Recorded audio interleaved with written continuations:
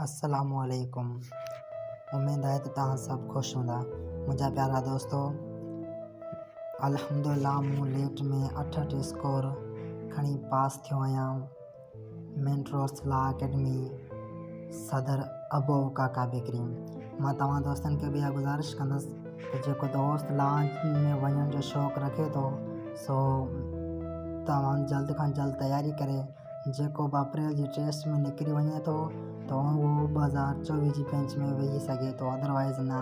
सो मां तव्हांखे नंबर ॾियां थो, अगरि तव्हां असां सां राब्तो कंदा, तव्हां सां कोऑपरेट कंदासीं, तव्हां सां हर ॻाल्हि में बदिलूंदासीं त तव्हां असां सां राब्तो करे तव्हां पंहिंजी लॉ जी तयारी जारी रखो, जीअं त 2024 जी बेंच में तव्हां वेही सघो।